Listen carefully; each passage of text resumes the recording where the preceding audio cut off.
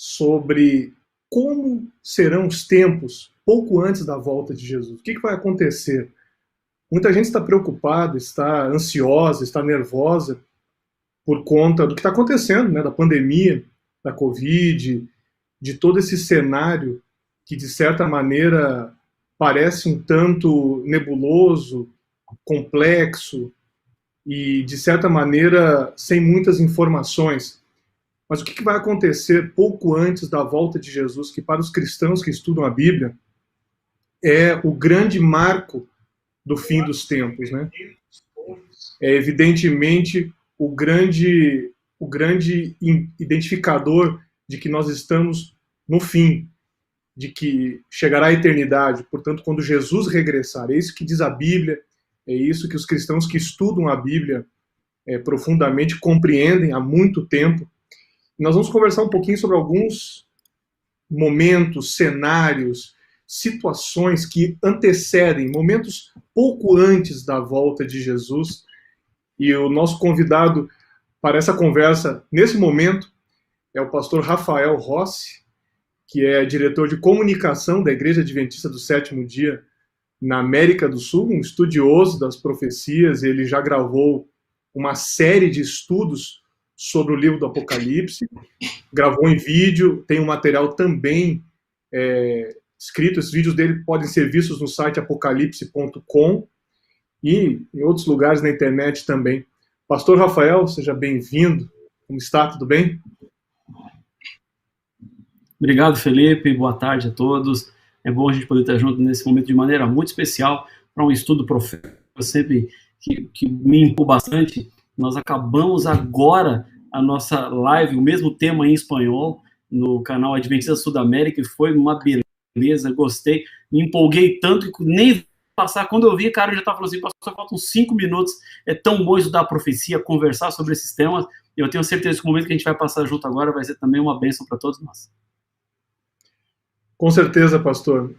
Pastor Rafael, vamos começar então falando um pouquinho, tirando algumas dúvidas sobre esses momentos que antecedem a volta de Jesus. Vamos diretamente ao assunto, e obrigado aí pela sua disposição de conversar. Eu tenho certeza que muita gente tem perguntas, mas antes, evidentemente, eu quero orar, né?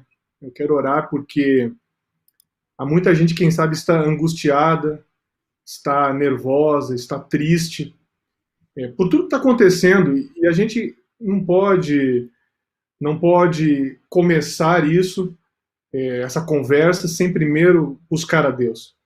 Então, pastor, pode fazer uma oração para que nós iniciemos, e aí nós vamos entrar diretamente nos assuntos? Então vamos orar. Senhor Deus querido, Pai nosso, agora começamos esse estudo profético, queremos que o Senhor se faça presente aqui conosco. A compreender melhor a Tua profecia, queremos nos aprofundar também em nossa espiritualidade para vivermos de acordo com o Teu querer e com a Tua vontade. Toma conta de todos nós. Abençoa-nos para que tenhamos a iluminação necessária para a compreensão correta, para a compreensão equilibrada, genuína do texto bíblico. Num tempo de pandemia, onde tantas pessoas estão assustadas, surgem tantas maneiras e formas de interpretar a Tua palavra, e necessitamos da iluminação do Teu Espírito nesse momento, abrindo os nossos olhos, reforçando a nossa compreensão, em nome de Jesus. Amém. Obrigado. Eu quero convidar a você para que deixe suas perguntas. Nós vamos tentar inserir algumas perguntas, não vai ser possível colocar todas, mas pelo menos algumas perguntas. E eu quero até citar, pelo menos, que a equipe vai me ajudar aqui, a citar pessoas que de repente têm algumas das dúvidas que nós já estamos trazendo aqui. Bom, vamos lá então. Pastor Rafael, algumas ideias e conceitos surgem sobre o que vai acontecer antes da volta de Jesus. E um deles trata de uma questão sobre o surgimento de um governo mundial, de um governo global, que vai colocar todos sob seu comando, e que isso está sendo construído, e que isso já existe. O que a Bíblia fala sobre isso? O que a Bíblia não fala disso? O que exatamente é mito e o que é bíblico quando a gente fala de governos, de poderes que dominam completamente o cenário estabelecido? Bom, Felipe, a pergunta é muito profunda e ela pode ser entendida e vista de diferentes maneiras. Eu quero começar essa nossa conversa para responder a sua pergunta, não de maneira assim muito rápida, com poucas palavras, mas criando um panorama histórico. Nós podemos olhar essa perspectiva de um governo mundial basicamente olhando para alguns capítulos das profecias. Eu me refiro a Daniel capítulo 2, Daniel capítulo 7, Apocalipse capítulo 13 e Apocalipse capítulo 17. Nesses 4 capítulos, existem alguns elementos que vão nos ajudar a entender. Por exemplo, a gente pode voltar lá para Daniel capítulo 2, que é uma história bem conhecida e muito pregada por aí, rememorada, que tem a ver com o sonho de Nabucodonosor, quando ele viu uma estátua que era composta de diferentes metais, cabeça de ouro, peito e braço de prata, o ventre e a coxa de bronze, as pernas de ferro e os pés numa mistura não convencional entre ferro e barro. Daniel dá a interpretação para Nabucodonosor, à época, dizendo: Nabucodonosor, o seu sonho tem a ver com impérios mundiais, começando com o teu, porque tu és a cabeça de ouro. Depois do teu império vira outro, e nós sabemos na história que o império que sucede Babilônia foi o Império Medo-Persa. Depois vem um outro império, representado pelo ventre e pelas coxas, que é o Império Grego. Depois veio um 4º império nessa sucessão, que era o Império Romano, representado pelas pernas de ferro. E por último, há um elemento interessante. Os pés eram de ferro e barro. E Daniel disse que esse império, por ser de 2 elementos completamente distintos, que não se misturam, eles tentariam se juntar, mas não conseguiriam. Este império acontece exatamente com a divisão de Roma, no ano 476 d.C., e ele vai se estender até a volta de Jesus. Vai até os últimos dias. Ou seja, o que a Bíblia está nos dizendo é que nós não teremos mais um império mundial tal qual os moldes políticos e religiosos aconteceram no passado. Porque o império que sucede ferro e barro é uma pedra não cortada por mãos humanas que vem, atinge os pés da estátua, cresce e toma o tamanho do mundo todo, que é um império não humano, mas um império divino, um poder sobrenatural do Senhor que se estabelecerá como o 5º império mundial, vamos assim dizer, depois dessa sequência, começando em Babilônia, que é o império estabelecido pelo Senhor Jesus. Há detalhes na profecia bíblica que são assim fascinantes. Quando a gente pensa na estátua e os pés eram de ferro e barro, os pés normalmente eles têm 10 dedos, 5 em cada um dos pés, e os reinos que compuseram esse império dividido romano foram exatamente 10. Não foram 9 nem 11, 10. Foram os francos, os alamanos, os ângulos, os lombardos, os visigodos, os suevos, os burgundos, os érulos, os vândalos e os... E agora? Ostrogotos. Vamos lá. São os 10 reinos frutos dessa divisão. Exatamente como a profecia bíblica havia dito. Como eles não se juntam, eles não formariam mais um império mundial. Ou seja, nós não temos mais hoje, dentro da nossa perspectiva, um império que surgirá e dominará o mundo pelas vias políticas, como foram os outros impérios. Agora, o que nós temos em Apocalipse 13? Aí é algo que precisamos considerar e precisamos nos aprofundar um pouquinho mais. Felipe, antes de eu entrar em Apocalipse 13, que tem a ver com a união de 2 bestas, a besta que sobe do mar e a besta que sobe da terra, é preciso construir algo sobre a interpretação das profecias. Antes da gente interpretar, é preciso saber como nós vamos interpretar. Há algumas escolas de interpretação profética. 4, Só um basicamente. detalhe, pastor. Só um detalhe, pastor. Pois não. Pastor Rafael. Isso que o pastor está falando é muito importante, que interpretação de profecias vai fazer toda a diferença sobre como você vai entender, né? Profecia bíblica, ela tem uma forma de ser interpretada que tem uma lógica histórica e que respeita o texto bíblico presente no Antigo Testamento e em outras partes do Novo Testamento também, né? Exatamente, Felipe. E essa escola que a gente escolhe para interpretar a Bíblia, não é uma escola que a gente escolhe baseado no que a gente mais gosta, mas é a escola de interpretação que a própria Bíblia diz que deve ser. Aí está o grande ponto. Nós temos que olhar as profecias como um todo e fazermos uma análise de onde vamos partir, para as pessoas que estão nos acompanhando entenderem, porque está surgindo muito por aí uma discussão sobre essas escolas de interpretação. As 4 são preterismo, futurismo, idealismo e historicismo. Vamos lá, vamos tentar interpretar. Preterismo, como o próprio termo indica, preterismo está relacionado com o cumprimento profético que já aconteceu no passado, no tempo ou nos tempos próximos quando a profecia foi dada. Há vários comentaristas bíblicos que têm uma tendência, é verdade, para um liberalismo teológico. Eles defendem o preterismo. É por isso que esse preterismo ele é conhecido também como um sistema crítico.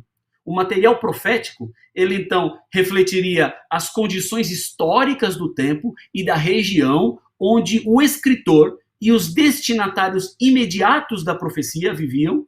Não há, então, nenhuma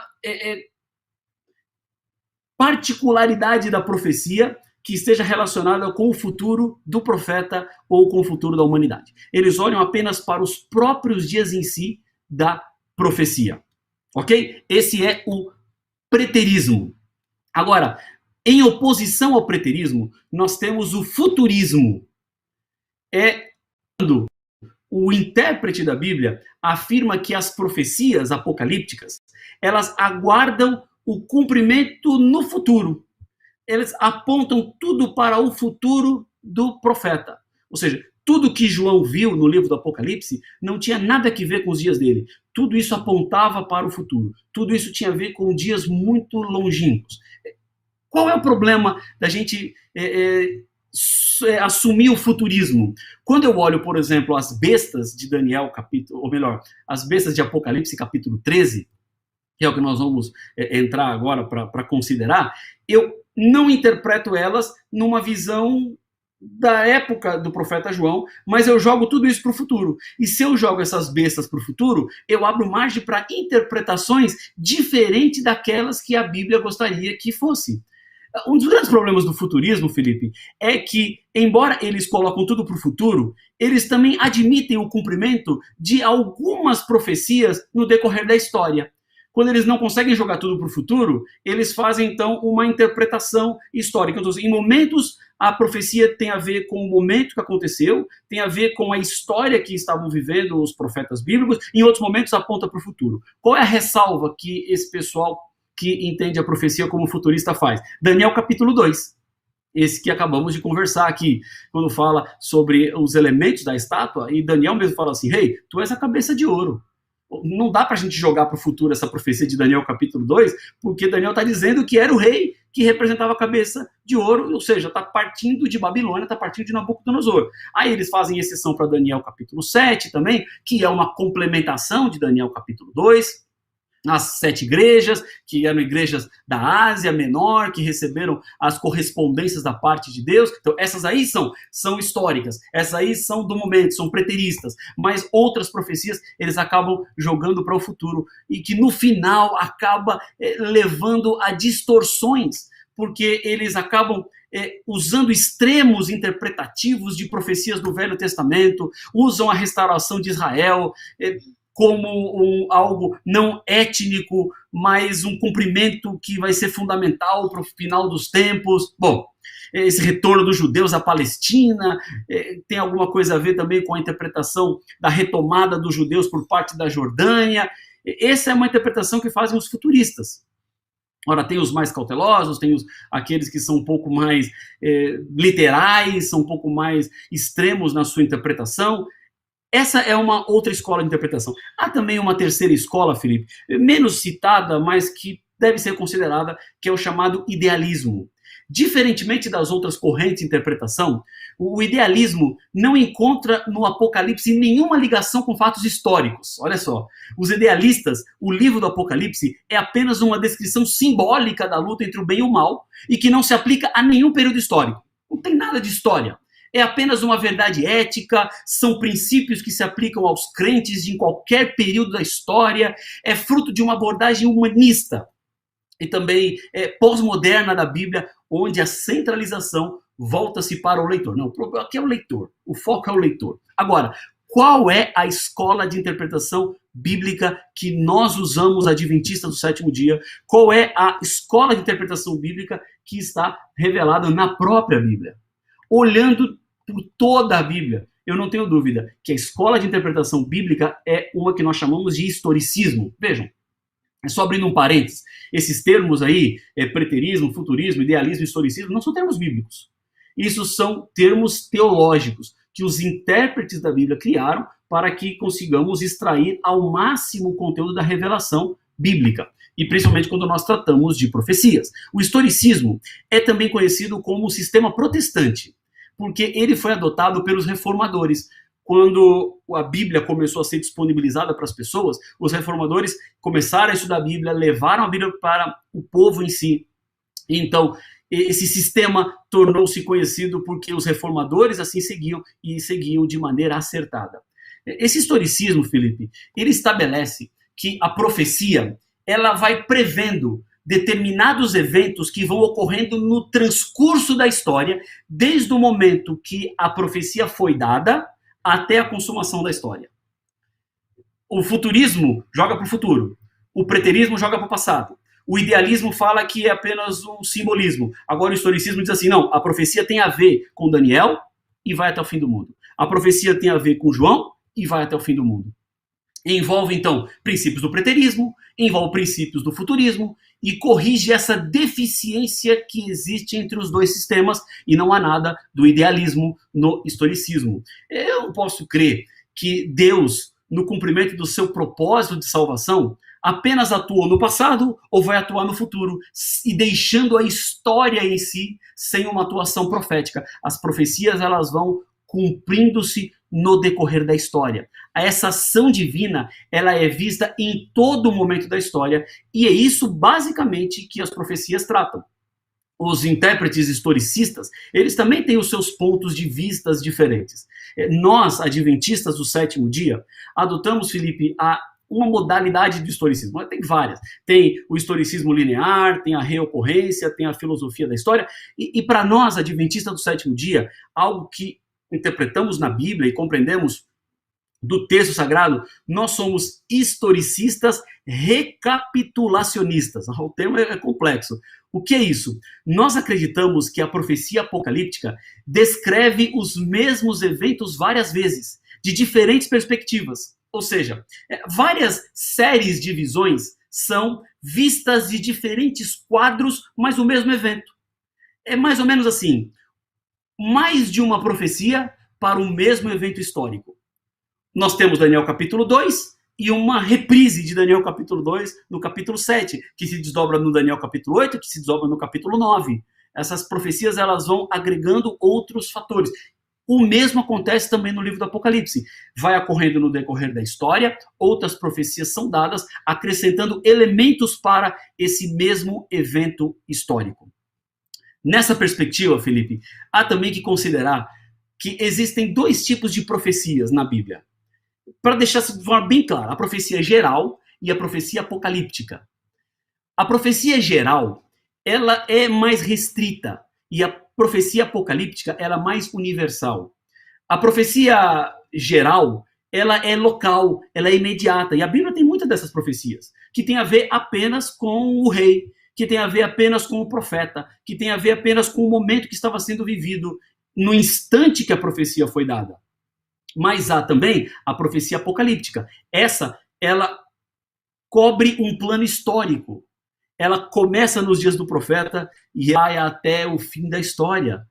Ela é dada geralmente em forma de prosa, essa profecia apocalíptica, diferentemente da profecia geral, que acontece na maioria das vezes em forma de poesia. Essa profecia geral, ela é condicional. Diferentemente da profecia apocalíptica, ela é incondicional, ela vai acontecer. Quais são as profecias condicionais? Há várias na Bíblia. Quando o profeta, ele dá uma condição para que algo aconteça. Se aquilo for cumprido, não vai acontecer. Se aquilo não for cumprido, acontecerá. Isso é uma profecia geral, é uma profecia clássica. Agora, a profecia apocalíptica, ela independe disso tudo. A extensão e o objetivo dessa profecia geral, ela, por ser mais restrito, tem a ver com o local. Um exemplo que eu tenho aqui para citar está lá em Jeremias, no capítulo 25, que tem a ver com 70 anos de cativeiro babilônico, que se cumpriram naquele tempo, envolvendo os judeus e babilônicos daquele tempo. Não é uma profecia apocalíptica. Os 70 anos de cativeiro aconteceram na época que foi dada a profecia, um tempo depois. Essa aplicação profética dessa profecia clássica ou geral, ela foi imediata. Agora, a profecia apocalíptica, ela já é mais ampla, abrange todo mundo e abrange o curso da história. Então, indo agora para Apocalipse capítulo 13, que é o tema que vamos estudar, nós encontramos aqui duas bestas. Felipe, eu gostaria de pedir que as pessoas abrissem aí, quem tem a Bíblia, Apocalipse capítulo 13. Eu não sei como é que está a nossa interação, tem muita gente acompanhando, muitas perguntas chegando. Muita coisa, pastor, muitas pessoas. Eu estou tentando classificar as perguntas, elas estão chegando perguntas que já falam da tribulação, do arrebatamento, de repente, pastor, é importante dar um toquezinho também na sequência disso. Algumas pessoas já preocupadas com a questão da perseguição, algumas questões que chegaram também aqui. Quem é o Elias que vai vir ainda? Vai vir um Elias? O Elias vai voltar ou é uma mensagem simbólica? Esse Elias é algo simbólico? Então, já nessas próximas explicações, já pode tentar englobar essas questões também, mas vamos tentar identificar aí se vai haver um governo central ou não e quais são os poderes, né? Porque essa já era... O pastor Rafael já até está na segunda pergunta, eu já vou deixar ela no ar aqui. Esses poderes que aparecem em Apocalipse 13, 17, são poderes que vão dominar, eles são contrários a Deus, por que eles são contrários a Deus? E o que vai acontecer com eles e o que vai acontecer com quem se colocar ao lado do que eles pensam e falam, e o que vai acontecer com quem se colocar ao lado de Deus? Ok. Felipe, o nosso objetivo dessa live aqui, aqueles que estão nos acompanhando, é um estudo mais profundo de Apocalipse. Nós vamos entrar agora em temas assim particulares para uma compreensão correta do livro do Apocalipse. O livro do Apocalipse é a minha grande paixão. Se você olhar a minha Bíblia aqui, ela é toda escrita, anotada e pontos. Eu vou estudando e vou me aprofundando porque há muita coisa importante para a gente entender aqui. Veja, vamos ao Apocalipse capítulo 13 e vamos englobar essas questões que o Felipe levantou. Nós encontramos aqui em Apocalipse capítulo 13 duas bestas. A primeira é uma que emerge do mar e a segunda, ela emerge da terra. Uma surge onde há multidões, terra. A outra se levanta onde não tem população, mar. A profecia bíblica, aqui é uma observação, um parênteses para a gente abrir, ela foi escrita em símbolos. E existem razões pelas quais os símbolos estão nas profecias bíblicas. Não é que a simbologia está aí para não ser interpretada. É possível interpretar, deve ser interpretado, mas há algumas razões. Eu vejo que Deus colocou simbologia na profecia para que os grandes perseguidores da Bíblia não destruíssem a mensagem profética, porque eles não entenderiam. E por não entender, não sabem o que é, não destruiriam. Outra coisa, os símbolos, eles também são desafiantes para o leitor e ele acaba despertando o interesse para descobrir o conteúdo. Quando você olha a simbologia, você vê esses elementos semelhante a leopardo, pé de urso, boca de leão e dragão dá poder. O que significa isso? E a cabeça é golpeada como de morte. É para despertar o seu interesse, para que você queira se aprofundar e compreender. Nos tempos nos quais nós estamos vivendo, nunca foi tão importante para os adventistas do sétimo dia entenderem e compreenderem a profecia. Nós cremos, adventistas do sétimo dia, que somos uma igreja que surge em um contexto profético. Portanto, a interpretação profética, ela está no nosso DNA. Estudar profundamente a profecia é uma responsabilidade que nós temos. E quando eu olho os elementos proféticos, quando eu olho a simbologia, é para aumentar o meu interesse em descobrir, em estudar e entender. A mensagem profética, quando ela está codificada nesses símbolos, a verdade ela acaba ficando envolta em um mistério que leva as pessoas em uma profunda reflexão. Agora vejam, esse mistério da revelação, ele é possível ser interpretado pela própria revelação. A Bíblia se auto-interpreta. Não sou eu que dou significado aos símbolos proféticos, senão é a própria Bíblia que dá significado aos símbolos proféticos. Deus deseja que o seu unisse, que estudássemos juntos para compreender a sua mensagem. É exatamente o que nós estamos fazendo aqui nessa transmissão. Nós estamos unidos para entender e compreender a profecia bíblica. Besta é um dos símbolos mais importantes e que para a compreensão do Apocalipse é fundamental. Quando vamos aqui para Apocalipse 13, nós encontramos duas bestas. O que é besta? O que significa besta? O que representa a besta? Como eu disse para vocês, os símbolos da profecia, eles são interpretados pela própria Bíblia. E para compreender o que significa besta, nós temos que levar os nossos olhos e nossa atenção para o livro de Daniel.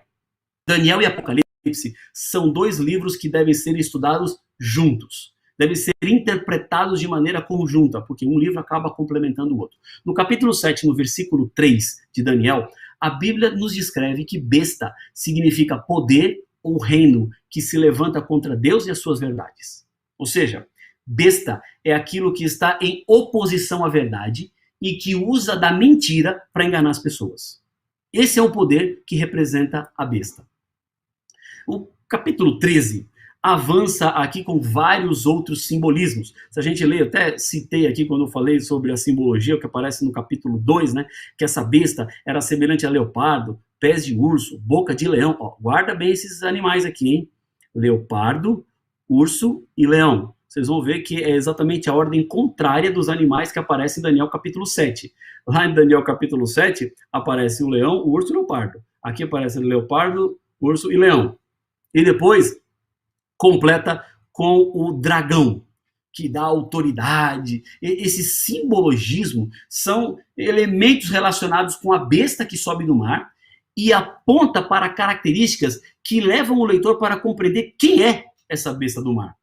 Todas essas características aqui da primeira besta apontam para o poder religioso que aparece em Daniel capítulo 7, versículo 25. Por isso, os mesmos animais que aparecem em Daniel capítulo 7 são repetidos aqui em Apocalipse capítulo 13, versículo 2.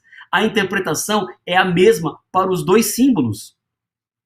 Outra coisa interessante da gente entender aqui, quando olhamos para a besta que sobe do mar, diz assim no versículo 5, que a ela foi dada uma boca que proferia arrogâncias e blasfêmias. Olha que interessante. A palavra blasfêmia, em grego, significa difamação, quando está relacionado aos seres humanos. Agora, quando é dirigida a Deus, significa discurso ímpio. É uma coisa que no português não tem. Então, blasfêmia, ser humano, difamação. Blasfêmia para Deus é um discurso ímpio. É alguma coisa que tem a ver com rebelião. Esses nomes e títulos de blasfêmia que a besta assume, ela assume porque ela mudou os tempos e a lei, conforme Daniel apresenta lá no capítulo 7, no versículo 25. A descrição da besta, que fala que ela é semelhante a leopardo, pés de urso, boca como leão, é um simbolismo de Daniel 7 e confirma, então, essa relação entre os dois poderes opositores. A besta do Apocalipse, ela possui as características de Babilônia, da Pérsia e da Grécia. João menciona os animais na ordem contrária ao que aparece em Daniel pela sua perspectiva histórica, não com a perspectiva futura, no caso de Daniel. Daniel olha para o futuro e João olha para o passado. Por isso que a ordem dos animais são diferentes. O que a gente vê é que depois desses animais aparece o dragão, aparece o poder opositor, porque por trás disso tudo está a mão do dragão, que depois de tentar destruir a igreja cristã através da perseguição, muda sua estratégia porque não estava conseguindo chegar no seu objetivo. Mesmo debaixo de sofrimentos pela fé, os cristãos continuavam crescendo. Foi por isso que Satanás ele cria um sistema religioso. Olha agora, olha só. Esse sistema religioso ele tem uma aparência de verdade, mas com todos os elementos da falsidade. Por trás de uma organização que era supostamente cristã, para Satanás seria mais fácil difundir a mentira do que por um sistema declaradamente pagão. Agora, voltando para Apocalipse capítulo 13, no versículo 3, diz assim, ó: então vi uma de suas cabeças como golpeada de morte, mas essa ferida mortal foi curada, e toda a terra se maravilhou, seguindo a besta. Olha só, uma das cabeças da besta sofre um golpe mortal. E, segundo a própria Bíblia, essa ferida mortal ela é curada. Quando isso acontece? Se nós estamos falando de um poder religioso, se estamos falando de um poder de supremacia religiosa, que a própria Bíblia diz no capítulo 13, no versículo 5, que ficaria por 42 meses atuando de forma intensa. 42 meses significam 1.260 dias, ou 1.260 anos, pelo princípio dia-ano. Esse princípio de ano, Felipe, é um outro tema assim, bem interessante. Para uma explicação bem rápida. Um teólogo chamado George Bush, que não tem nada a ver com o presidente dos Estados Unidos, nem com o filho, ele determinou nos seus estudos que existe um princípio chamado, é um termo teológico aqui, não é bíblico também, chamado miniaturização simbólica. Ou seja, todas as vezes que existem elementos grandes reduzidos na profecia, significa que o tempo também foi reduzido. Quando aparece um dia, é porque é uma redução de um ano. Quando um império está reduzido num animal, quando um poder está reduzido num chifre, o tempo também está reduzido num dia. O ano, princípio de ano, e aí tem dois versos, Números 14, 34, Ezequiel capítulo 4, versículos 6 e 7, são os versos que dão base para esse princípio de ano. Então, essa besta agiria por 1.260 anos. Quando ela começou a agir de maneira intensa, desses 42 meses de atuação? Exatamente no ano 538, quando o imperador Justiniano fez um decreto reconhecendo o bispo de Roma como cabeça da igreja. E se a gente faz a conta, 538 mais 1.260, vamos para 1798, que acontece exatamente nesse ano, o aprisionamento do Papa Pio VI, especificamente no dia 20 de fevereiro de 1798, quando o general Berthier, a mando de Napoleão Bonaparte, invade Roma e declara então o fim do domínio político do papado, leva o Papa Pio VI para a França e lá ele morre. Mas, vejam, foi uma ferida, segundo está Apocalipse capítulo 13, como golpeada de morte, mas a ferida não resultou na morte. Ela não morreu. Por quê? Aí está o detalhe histórico, né? Que nós vamos interpretando com a escola historicista, nós vamos vendo o cumprimento na história. No dia 11 de fevereiro de 1929, aconteceu a assinatura do Tratado de Latrão, onde Benito Mussolini e o cardeal Pietro Gasparri restauraram os poderes temporais do papado. Então, desde essa época, o papado começou a trabalhar para reconstruir a sua força política de outros tempos. E é assim que a Bíblia diz que toda a terra se maravilhou, que toda a terra se maravilha com esse poder que surge. Então, o que nós vemos aqui em Apocalipse capítulo 13, dos versículos 1 até o versículo 10, é um poder religioso. No versículo 11, aparece a besta da terra. E essa besta da terra é diferente. Ela surge de um lugar muito povoado. É um poder político que vai se unir a um poder religioso. Da descrição da besta, que vai do versículo 11 até o versículo 18, da segunda besta, do 11 até o 18, os versículos 11 e 12 fala sobre quem é essa besta. O versículo 13 já começa a falar da relação entre a besta que sobe do mar, a primeira besta, com a segunda besta, que é a besta que surge da terra. Então, a igreja romana, o poder religioso, na Idade Média, foi quem impôs sua autoridade por meio de um sistema repressivo, onde perseguia e matava quem não acreditava no que eles acreditavam, Felipe. Só confirmando, né, pastor Rafael, besta do mar saindo de um lugar muito povoado, né? E besta da terra um lugar pouco povoado, então, né? Sim. Então, esses poderes, né, que se levantam. Então, esses poderes surgem, né? E eles agora se unem. Essa união política e essa união religiosa. Ora, vejam, a profecia diz que no futuro haverá um poder político com autoridade semelhante para se opor à liberdade de consciência com os mesmos resultados obtidos durante a Inquisição. E que esse poder que se levantará no final, Felipe, ele pode ser entendido por um número. que aparece em Apocalipse capítulo 13, versículo 18, que é o último verso do capítulo 13, que diz assim: o número é 666, esse número dessa besta, desse poder, com essa autoridade que se oporá aos filhos de Deus. Esse número 666, ele deve ser compreendido à luz da revelação bíblica. Ele precisa ser interpretado à luz da Bíblia, porque senão nós vamos entrar em algumas alegorias ou algumas interpretações que são equivocadas.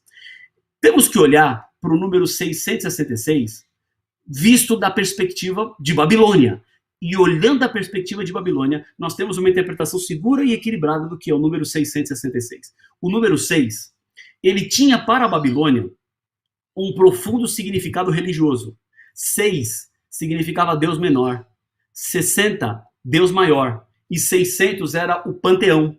Quando você soma 600 do panteão, 60 do Deus maior e 6 do Deus menor, chegamos a 666, que era a totalidade dos deuses. O número dos deuses falsos de Babilônia era 666. Então, esse número 666, Felipe, sugere o esforço do anticristo de exaltar o homem no lugar de Deus. O poder de Apocalipse 13, então, ele pretende exercer a sua soberania e autoridade longe de Deus, estabelecendo sua lei contra a lei de Deus, aquela que foi dada em Êxodo capítulo 20. Então, esse poder é um poder político e religioso que vai demonstrar características muito parecidas com aquelas que aconteceram nos 42 meses do tempo de supremacia das bestas. Agora, podemos entrar já em Apocalipse 17, Felipe? Então, é bastante informação interessantíssima, muito bom o contexto.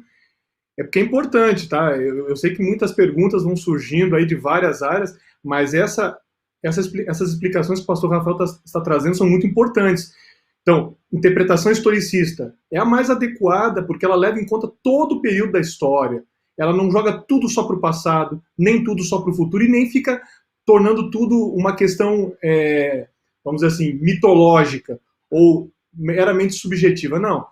As profecias se cumprem ao longo da história e de acordo com o que o próprio Antigo Testamento foi colocando como referência, tanto para Daniel quanto para Apocalipse.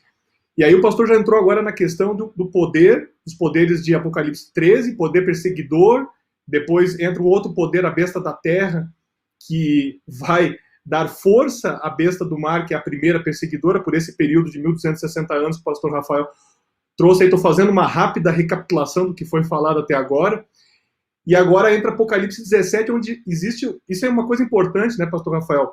O livro do Apocalipse, ele não é linear, os capítulos vão aprofundando. O pastor falou sobre essa questão de recapitular, né? Eles vão aprofundando. Então não é que no 17 vai aparecer um outro poder. É tudo interligado, os capítulos estão interligados. Mas só para a gente entender até agora, então, não tem governo central que está acima de Deus. Eles vão ser destruídos por Deus, eles vão ser submetidos por Deus, mas eles se opõem a Deus e eles se opõem a Deus porque eles desfazem aquilo que Deus considerou. Aí nesse meio tem perseguição aos fiéis, né, pastor? Tem o decreto dominical, tem o derramamento simbólico da chuva serôdia, do Espírito Santo de uma maneira profusa. Vamos tentar colocar essas coisas agora nesse meio e a gente vai depois entrar numa outra questão que é data da volta de Jesus, que também é uma questão que surge muito aí, né? Ih, Felipe, tem tanto tema, né? Bom, amigos, assim, encantadores do Apocalipse, a gente vai se aprofundando, a gente vai entrando nessa interpretação profética, os nossos olhos vão sendo levados para tanta coisa bonita que Deus deixou revelado em sua palavra e que nós precisamos cada vez mais orar e pedir que Deus nos ajude. Vamos ao Apocalipse 17, porque esse é um capítulo que ultimamente tem gerado muita interpretação, tem gerado muita dúvida, muitos questionamentos, e nós precisamos ter uma compreensão exata do que significa Apocalipse 17. Vejam só, nós estudamos Apocalipse 13 propositalmente antes de entrar em Apocalipse 17. Por quê? Porque a besta que aparece no capítulo 17 tem a mesma representação da besta do capítulo 13, baseado nas descrições que são feitas de ambas. Nós entendemos que pelo conjunto da revelação, Apocalipse 17 e Apocalipse 13 devem ser estudados em conjunto, porque as informações, elas estão se somando, e com a soma delas, nós chegaremos no produto final. Se eu pegar elementos de Apocalipse 13 e não juntar com os elementos de Apocalipse 17, eu teria uma interpretação talvez não completa do que a profecia quer nos dizer, e se eu parto de uma premissa incompleta, eu posso chegar em lugares que não deveria chegar. E é o que eu vejo muito acontecendo por aí. E peço sua atenção agora para a gente estudar junto Apocalipse 17, partindo da premissa bíblica para não chegarmos onde não devemos chegar. É necessário, então, que a gente cuide e estabeleça esse paralelo entre os dois capítulos, ok? A besta de Apocalipse 17, ela é idêntica à besta semelhante a leopardo, que foi apresentada no capítulo 13, porque ambas procedem das águas e possuem 7 cabeças e 10 chifres, ok? Esses elementos, leopardo, água, cabeça e chifre, está me dizendo que eu não posso separar as duas bestas. O capítulo 17, ele é uma ampliação do conteúdo de Apocalipse capítulo 13. Se eu analisar apenas um deles, vou chegar a conclusões diferentes ou interpretações que são tendenciosas. Vamos lá. Apocalipse capítulo 17, versículo 8. É um verso interessante para a gente considerar aqui. Falando sobre a besta. Diz assim, a besta que viste era e não é. Olha que coisa. Era e não é. Está para emergir do abismo e caminha para a destruição. Ok? Dá uma continuação aqui. E aqueles que habitam sobre a terra, cujos nomes não foram escritos no livro da vida, desde a fundação do mundo, se admirarão, vendo a besta que era e não é, mas aparecerá. Bom, vamos lá. No livro do Apocalipse, abismo é distinto do mar. Abismo está sempre ligado a Satanás. O termo abismo é mencionado 7 vezes no livro do Apocalipse.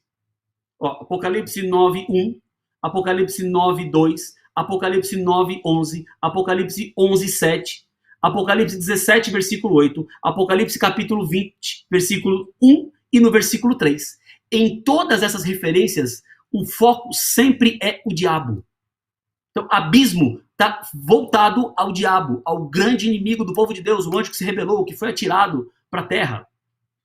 A besta do Apocalipse 17, aí é um outro detalhe, ela tem uma forte afinidade com o dragão que aparece no capítulo 12, aquele que fica na frente da mulher que estava grávida para dar à luz e se põe na frente dela para devorar o filho quando o filho nascesse.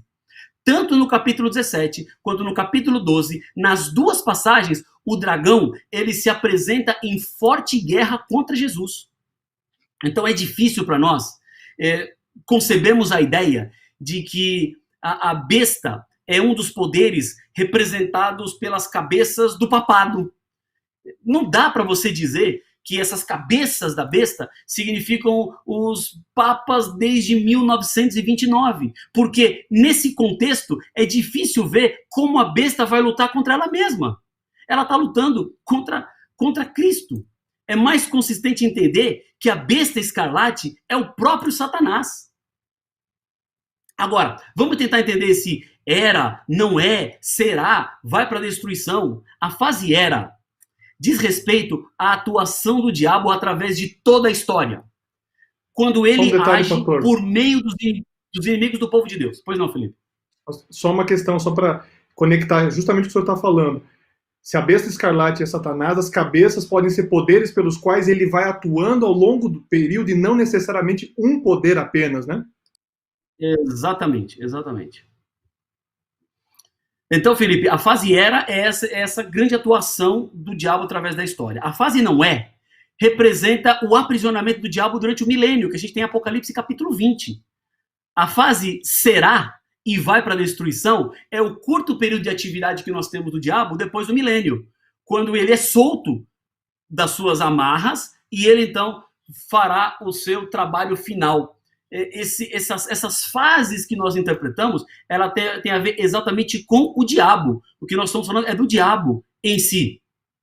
Isso é uma coisa interessante para a gente considerar. Agora, vamos lá. O capítulo 17 é uma descrição da própria trajetória do diabo, que desde o início tentou copiar o verdadeiro Deus. Aquele que é, que era e há de vir, conforme está em Apocalipse capítulo 1, versículo 8. O intento do diabo sempre foi esse, copiar a Deus, criar algo paralelo. Agora vejam, a besta que aparece aqui em Apocalipse 17, ela não é uma oitava cabeça. E agora a gente vai entrar numa parte mais interessante, porque a Bíblia fala dessas cabeças. A besta não é uma oitava cabeça. Quando a gente olha a descrição aqui, Apocalipse capítulo 17, versículo 11, está assim, ó. E a besta que era e não é, e também é ele, o oitavo rei, e procede do 7, e caminha para a destruição. Olha só, aqui em Apocalipse 17, 11, fala que o oitavo rei é um dos 7, tá? A expressão que está aqui em grego é ekton hepta, que determina que o oitavo rei, ele tem a mesma personalidade, incorporando em si toda a maldade das 7 cabeças anteriores. Não significa necessariamente que o oitavo tem que ser um dos 7 primeiros. Significa que ele virá no mesmo espírito dos seus antecessores. Agora, segundo a interpretação historicista, o quadro do Apocalipse 17 deve ser entendido da seguinte maneira. Vamos lá. Apocalipse 17 e o versículo 3 diz assim, ó. A mulher estava montada numa besta escarlate. Mulher montada numa besta escarlate é símbolo de poder político. No verso 3 diz assim, ó, que ela estava repleta de nomes de blasfêmia. Nós já vimos, blasfêmia é uma coisa religiosa, é uma união política e religiosa. Essa era a união política e religiosa exatamente que estava prefigurada em Apocalipse capítulo 13. Agora, quando vamos entender essas 7 cabeças, há uma descrição no verso 9 para explicar para nós. Diz assim, ó, aqui está o sentido, que tem sabedoria. As 7 cabeças são 7 montes, nos quais a mulher está sentada. São também 7 reis. Há muitas pessoas que usam essa interpretação para dizer que o detalhe específico aqui estaria falando de uma situação que estava relacionada com Roma, porque Roma é a cidade das 7 colinas, e esquecem que Apocalipse é um livro simbólico. Outra coisa, dizer que essas 7 montes ou 7 colinas significa Roma é esquecer que Vaticano não é Roma. Vaticano e Roma não estão geograficamente no mesmo lugar. Então você não pode dizer que Roma e Vaticano são exatamente a mesma coisa. Essas 7 cabeças, esses 7 montes, que são também 7 reis, na interpretação historicista, representam reinos, conforme está em Daniel capítulo 2, versículos 38, e você pode também conferir em Daniel capítulo 7, versículo 17. Em Apocalipse 17, 10, diz assim, ó, aí agora é João dando a sua interpretação histórica do que estava acontecendo. Ele diz assim, ó, dos quais 5 caíram. Um existe e o outro não chegou. Amigos, vejam só, nós precisamos de uma interpretação bíblica equilibrada. João está falando dos seus dias e na perspectiva historicista, estamos partindo do momento do qual ele recebe a visão para o futuro. Eu não posso dizer, nessa ideia de querer dizer que os 7 montes representam Roma e que as 7 cabeças são 7 papas. João foi, no capítulo 17, versículo 10, transportado para o futuro no tempo do 5º papa. Amigos, essa interpretação bíblica não cabe aqui. Nós não podemos fazer associação ao papado. O que João está falando aqui é 5 reinos já caíram nos seus dias. Ele não está falando do futuro, ele não fala que foi transportado para essa interpretação futurista. Ele foi transportado para o tempo de João Paulo II. Então ele estava no 5º, e depois veio o 6º, e depois... Da onde isso tem espaço na Bíblia? Não há possibilidade alguma. Precisamos voltar os nossos olhos para a correta interpretação bíblica. João está dizendo, 5 reinos já caíram, 1 está em vigor, e vai ter mais 2.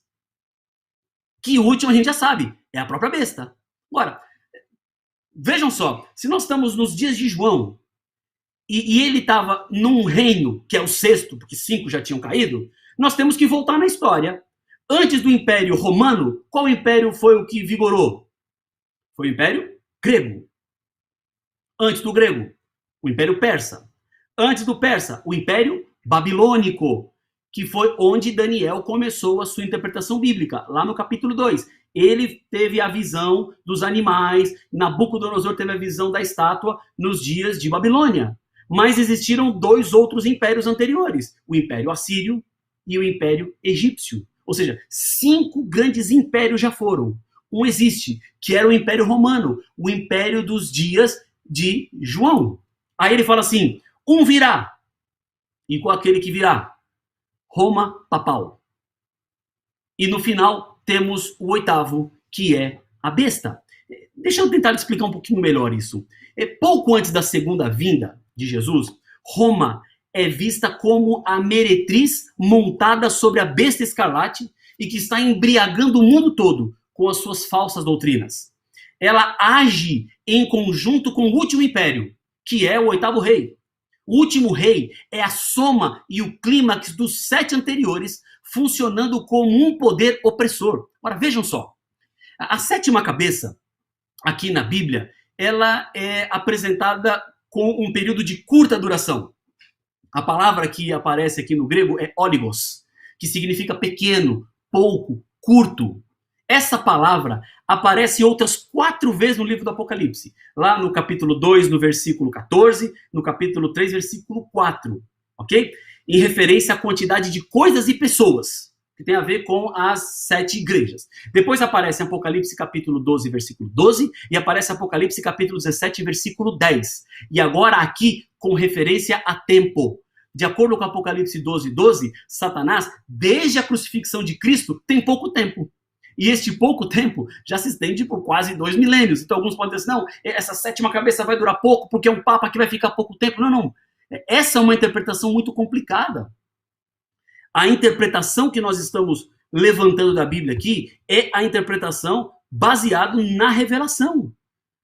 Apocalipse 13, 3 fala que uma das cabeças da besta foi ferida de morte e a ferida foi curada. Então a gente tem a interpretação historicista, como a gente já viu em 1929, quando Benito Mussolini deu 44 quilômetros quadrados de terra para o Papa, aquilo que é conhecido como o Vaticano. Agora, na ocasião em que a visão de Apocalipse 17 deveria de fato acontecer, que é 1798, 1844, a última profecia com data prevista na Bíblia, Roma papal está suportando uma enfermidade crítica, que é resultado da ferida mortal que aconteceu lá quando o Papa foi preso.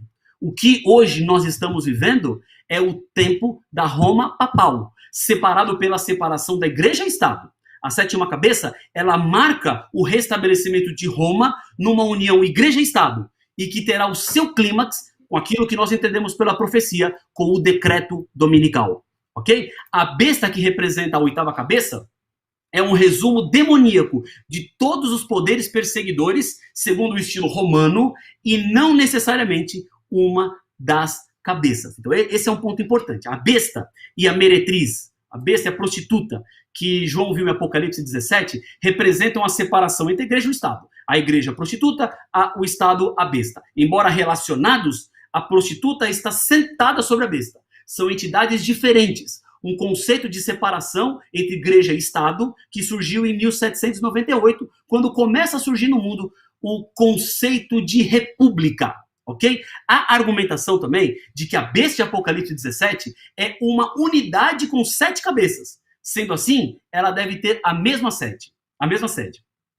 Se nós usarmos o princípio de Daniel capítulo 2, vemos que a estátua também é uma unidade e fala de impérios mundiais. E como nós bem sabemos pela história, não tiveram a mesma sede governamental esses poderes. A besta escarlate, então, ela é melhor entendida como Satanás, agindo através de poderes políticos.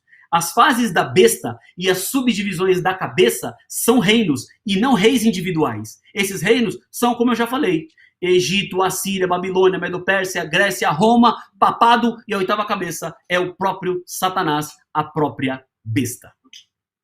Felipe, não sei se ficou claro, uma versão, assim, uma visão rápida de Apocalipse capítulo 17. Com certeza, muito claro e muito importante essa explicação, pastor Rafael.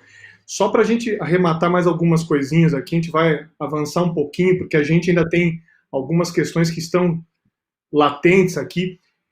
O pastor vai tomando uma aguinha aí, não é fácil, isso aqui é um assunto que exige estudo, não se resolve tudo numa live, você deve estudar, se aprofundar, comprar bons livros, ler o livro do Apocalipse, dá uma olhadinha depois no site apocalipse.com, dá uma espiada lá, você vai encontrar bons materiais, inclusive vídeos em que o pastor Rafael se aprofunda nisso. Então tem muito material legal ali.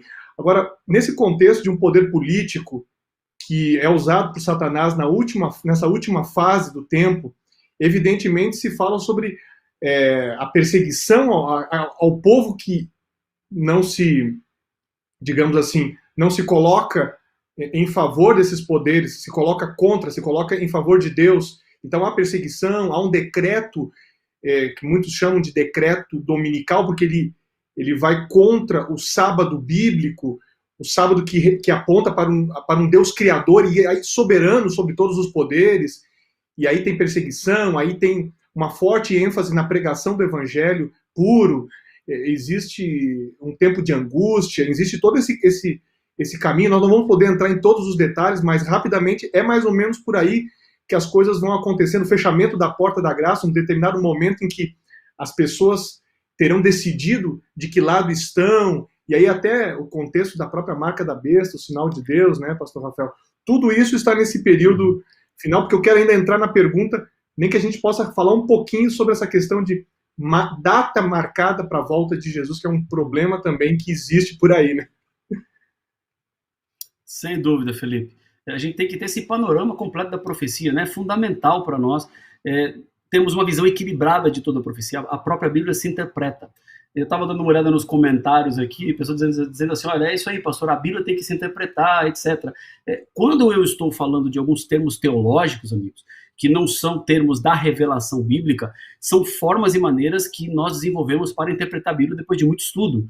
O que eu estou tentando oferecer para vocês aqui é termos que são explicados pela própria Bíblia, porque se eu estou oferecendo aqui qualquer princípio interpretativo da Bíblia que não está explicado ou que não está respaldado pela própria Bíblia, ele não serve. É como eu disse do preterismo e do futurismo. Eles não têm base na Bíblia, então se eles não têm base na Bíblia, eu não posso usá-los. Eu não posso referenciar-me dele, eu preciso usar do princípio historicista, que tem a ver com o preterismo, tem a ver com o futurismo, ele faz uma correção entre esses dois, junta os dois e coloca o equilíbrio para que temos essa visão completa do quadro que vai acontecer. O que nós sabemos é a perseguição ao povo de Deus vai se intensificar. Nós seremos capacitados com o Espírito Santo para uma pregação que chamamos de chuva serôdia, onde pregaremos com muito mais força, com muito mais intensidade, com muito mais velocidade. Onde hoje se converte em uma pessoa, se converterão 100 pessoas pelo poder e pela capacitação que Deus nos dará. Haverá um selamento? Claro, haverá um selamento. O selo de Deus é a marca da besta, que é um outro tema para ser estudado. Mas aquele que é selado por Deus serão aqueles que decidirem viver de acordo com a revelação do Senhor, tal qual está expressa em sua palavra. E aqueles que serão selados pela besta podem ser selados de duas maneiras, na fronte ou na mão direita. Fronte, decisão. Mão direita, ação. Fronte, quem decidiu, quem escolheu. Mão direita, quem não escolheu nada, mas por não escolher nada já está fazendo a vontade da besta e por isso receberá a marca da besta na sua mão direita. E assim está separado para a perdição final. Essa visão completa da profecia nos ajuda a ter um panorama do que Deus tem para nós, confiarmos nas profecias do Apocalipse que nos levará em segurança até o fim. E agora podemos entrar na marcação de data, Felipe.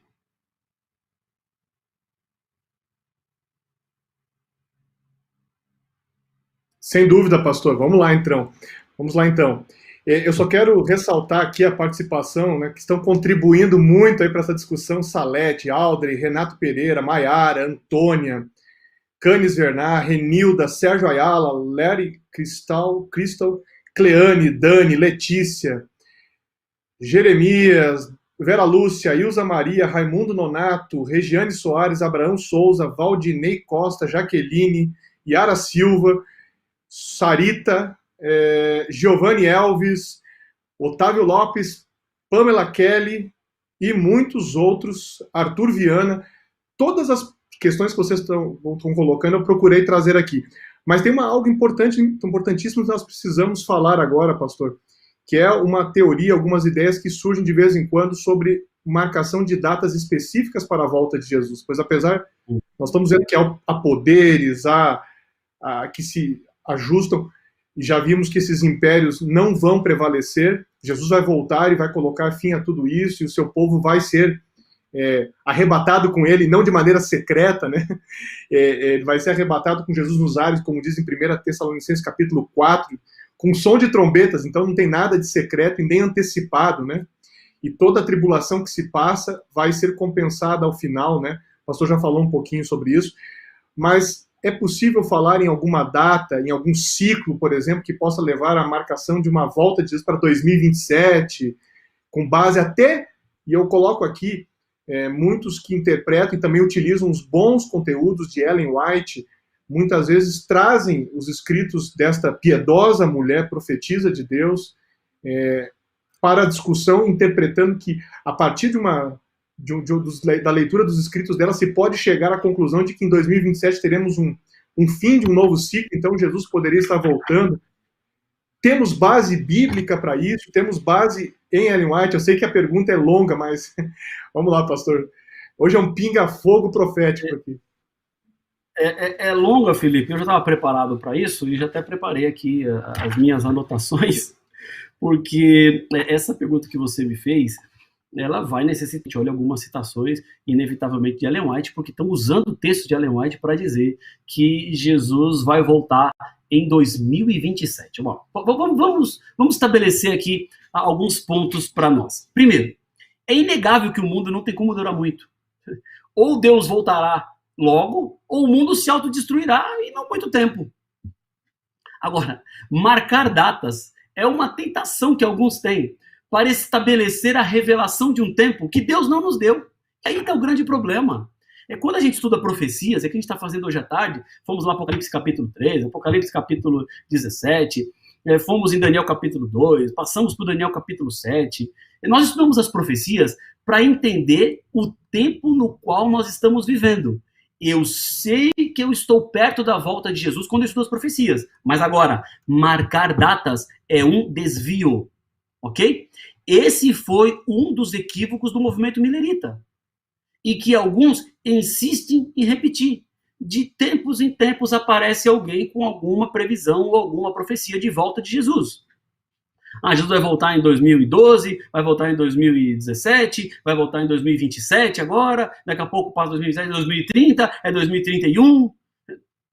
Esse é o grande problema, que nós não podemos confundir. Deixa eu me valer aqui de algumas citações que eu separei. Eu vou tentar passar de maneira mais rápida. Essas citações de Ellen White que são mal interpretadas. Uma delas está aqui, Desejar Todas as Nações, página 628, para falar sobre marcação de data da volta de Jesus. Ela diz assim, as palavras de Cristo, em Mateus capítulo 24, versículo 2, foram proferidas aos ouvidos de grande número de pessoas, mas quando ele se achava só, sentado sobre o Monte das Oliveiras, Pedro, João, Tiago e André foram ter com ele. Dize-nos, perguntaram, quando sucederão estas coisas e que sinal haverá da tua vinda e do fim do mundo? Jesus não respondeu aos discípulos falando em separação da destruição de Jerusalém e do grande dia da sua vinda. Misturou a descrição dos dois acontecimentos. Houvesse desenrolado perante os discípulos os eventos futuros, segundo ele os via, e não teriam podido suportar esse espetáculo. Por misericórdia com eles, Jesus misturou a descrição com as duas grandes crises, deixando aos discípulos o procurar por si mesmos a significação. Ou seja, Jesus, ele dá as interpretações de acordo com a capacidade que os seres humanos têm de interpretação. Agora, outro texto de Ellen White, Eventos Finais, página 32.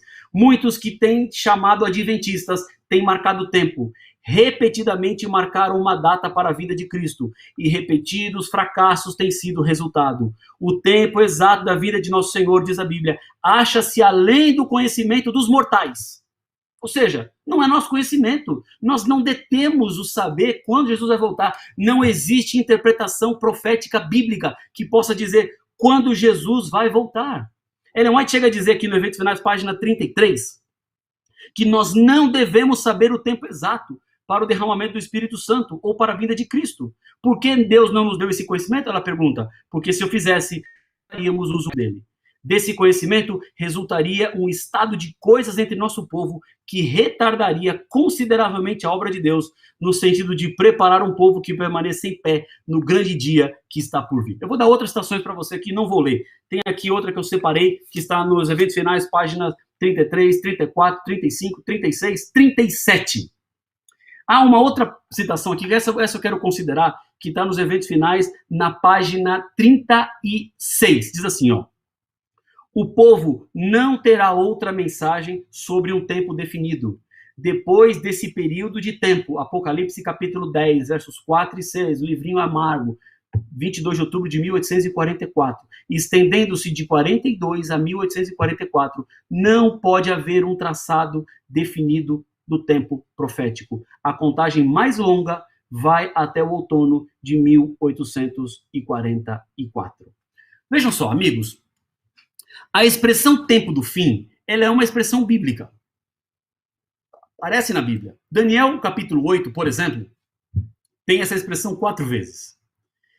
Os sinais cósmicos que aconteceram na natureza, que Jesus predisse que aconteceriam, como o terremoto de Lisboa, no dia 1º de novembro de 1755, a queda das estrelas, o escurecimento do sol, o aprisionamento do Papa em 1798, despertaram um estudo das profecias. Ellen White diz que os sinais cósmicos iniciais que marcaram o fim do tempo, eles serão intensificados, diferentemente do caráter pacífico do passado. Porque o que aconteceu no passado foi pacífico, agora no final haverá uma grande comoção da Terra. No livro Grande Conflito, no capítulo 36, eu tenho o livro aqui em cima, ele trata de 4 grandes crises nos últimos dias. Uma crise moral, uma crise econômica, uma crise ecológica e uma crise nos transportes. Ellen White diz, no capítulo 36, que Satanás trabalha nos laboratórios da natureza para atacar os filhos de Deus. O que eu vejo é que Deus não cria pandemias, mas ele permite que passemos pelo aquilo que estamos passando agora, porque ele tem fins pedagógicos. Levíticos capítulo 26, versículo 18, é o verso que tem sido usado para muitas pessoas para dizerem que Jesus vai voltar agora em 2027. Por quê? Vamos lá a Levíticos, se você tem sua Bíblia aí, Levíticos 26, 18. Vamos abrir aqui, Levíticos 26 e o versículo 18. Esse é o verso que estão usando por aí para dizer Levítico que o 26, mundo... 26, 18. Esse é o versículo que estão dizendo por aí que o mundo vai ter 6.000 anos de duração. Diz assim, ó. Se ainda assim, com isto, não me ouvirdes, tornarei a castigar-vos 7 vezes mais por causa dos vossos pecados. Vejam, pegar essa expressão 7 vezes e atribuir aí um período de 1.000 anos, o mundo teria 6.000 anos e o 7º milênio é o milênio na Terra, é algo praticamente inconcebível. O que não está nada relacionado em período de tempo com esses versículos aqui. Não dá para você tirar desse versículo aqui qualquer interpretação dizendo que Jesus vai voltar em 2027. O texto está falando aqui é uma intensificação dos castigos que seriam recebidos por causa dos pecados. Agora, tem gente aqui, Felipe, atribuindo o princípio dia ano. Você pega assim, são 7 vezes, significam 7 anos, 7 anos são 2.520 dias, que equivaleriam a 2.520 anos, e assim faz uma correlação com os 6.000 anos, que daria em 2027, quando finalizaria 6.000 anos de história do mundo, porque segundo essa interpretação, 2027 é o cumprimento do sexto milênio, porque quando Jesus foi batizado em 27, haviam se cumprido 4.000 anos. Então, em 2027, teremos o final do sexto milênio, e quando entrarmos no sétimo milênio, estaremos no céu, em Apocalipse, capítulo 20, com Jesus, para vivermos a eternidade ao lado dele. Agora, existem vários problemas nessa interpretação. Primeiro, a história tentando ser vista com 4.004 anos antes de Jesus nascer, tem muitos problemas. Há problemas quando usamos a genealogia do Antigo Testamento. Precisaríamos de mais anos na contagem de tempo. Não dá especificamente 6.000 anos, 4.004 anos. Aí pode falar assim, pastor, mas Ellen White fala de 1.000 anos que Satanás está rodando a terra. Está lá no Patriarcas e Profetas, página 342. Satanás está 6.000 anos circulando a terra, etc. e tal. Quando Ellen White fala desses 6.000 anos, ela não está falando com precisão matemática, como os especuladores do tempo estão colocando. Ela está sendo de um período mais ou menos, não é cronologicamente falando 6.000 anos, e que os 7.000 anos, então, ou melhor, os 6.999, entrarmos no sétimo milênio, estaremos com Jesus na eternidade, e então passaremos esses 1.000 anos últimos aí, dos 6.001 até os 7.000 na eternidade, então a nova terra desce aqui e estaremos para sempre com Jesus. Felipe, o que eu estou querendo dizer é que esse texto bíblico não dá margem nenhuma para essa interpretação, ele não tem nada a ver com os 6 milênios de pecado na Terra e o 7º milênio na eternidade. Não dá para entendermos essa profecia dos 2.520 dias, 2.520 anos, qualquer relação com os dias de Manassés até 2027, porque nós já sabemos que a última profecia com o tempo é 22 de outubro de 1844. Pastor Rafael, que maratona, uma mini maratona profética aconteceu na... Felipe, eu gosto, viu? Se ficar, a gente vai longe aqui. Vamos fazer mais, então. O público também está gostando. Eu, pelo menos, vi vários feedbacks positivos. Que bom. Nós temos que dar um ponto final aí, pelo menos nessa parte que nós fizemos hoje. Pastor Rafael, muito obrigado. Há muitas outras coisas que poderíamos abordar. Esse assunto é vastíssimo. E o pastor Rafael fez um esforço muito grande para poder concentrar-se em alguns aspectos importantes, mas eu não quero terminar sem falar da necessidade de preparo espiritual, né, pastor? Acho que nós temos que fazer eu quero convidá-lo a fazer uma oração e levar em conta que você que está nos assistindo, não fique com especulações, fique com estudos. Não fique preocupado, fique esperançoso. Não fique nervoso porque não compreendeu tudo. Seja um estudante. E aí você vai ver que as profecias vão ajudá-lo de maneira pessoal a se preparar para a volta de Jesus. Que essa é a grande motivação que nos traz para uma live como essa. Pastor Rafael, ore por tantas pessoas que estão conosco. Eu citei algumas delas, mas há um bom grupo que está conosco esse tempo todo. Muito obrigado pela sua presença. Não deu para fazer pergunta por pergunta, mas eu procurei trazer algumas questões, algumas nós fomos respondendo em parte, algumas respondemos mais profundamente. Vale a pena você continuar estudando site apocalipse.com, bons livros, a Bíblia, comentários, livros de comentaristas também ajudam bastante. Pastor Rafael, muito obrigado pelo seu tempo, pelo seu preparo, pela sua participação, muitíssimo importante, muitíssimo interessante. Ore conosco, por favor. Obrigado, Felipe. Obrigado a todo mundo que nos acompanhou. Deus abençoe muito a vida de todos vocês. Vamos continuar estudando Apocalipse, estudando a Bíblia. A revelação do Senhor, ela é linda, é maravilhosa. O que Deus tem para nós é algo surpreendente. Quanto mais eu estudo a Bíblia, mais eu me encanto pela Bíblia, mais eu me apaixono pela Bíblia, mais eu gosto de compreender aquilo que Deus deixou para nós. É uma carta de amor, porque na revelação eu encontro o próprio Senhor. Que Deus abençoe muito todos vocês, nesse momento de pandemia, nesse momento que a gente está fragilizado, no momento que a gente está sensibilizado. Não perca a fé, continue firme com seus olhos no Senhor. Tudo isso vai passar e nós sairemos mais fortes do lado de lá para pregarmos o evangelho a toda tribo, nação, língua e povo e vermos o Senhor Jesus Cristo voltando nas nuvens dos céus.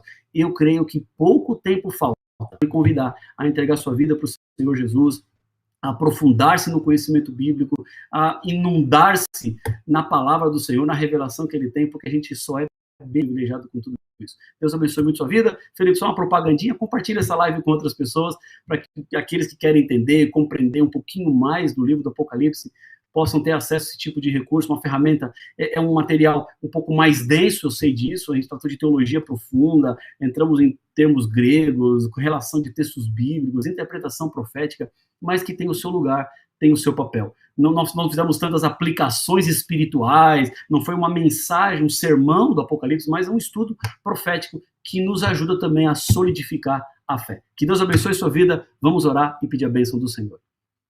Querido Pai, obrigado pelos momentos que tivemos, pelas pessoas que nos acompanharam. Que momentos agradáveis tivemos do estudo da Tua Palavra. Meu coração termina essa live tão feliz, porque o Senhor está conduzindo cada detalhe da história. O Senhor conduz os nossos olhos também para a interpretação equilibrada da Tua Palavra, para que não sejamos enganados por nenhum vento de doutrina, por interpretações equivocadas aqui ou acolá, mas queremos estar solidificados, queremos estar fortalecidos na essência da Tua Palavra. Portanto, permanece com cada filho Teu que ora comigo agora. Há muitos que estão sofrendo, há muitos que precisam de paz, há muitos que estão angustiados, abatidos, aflitos, oprimidos.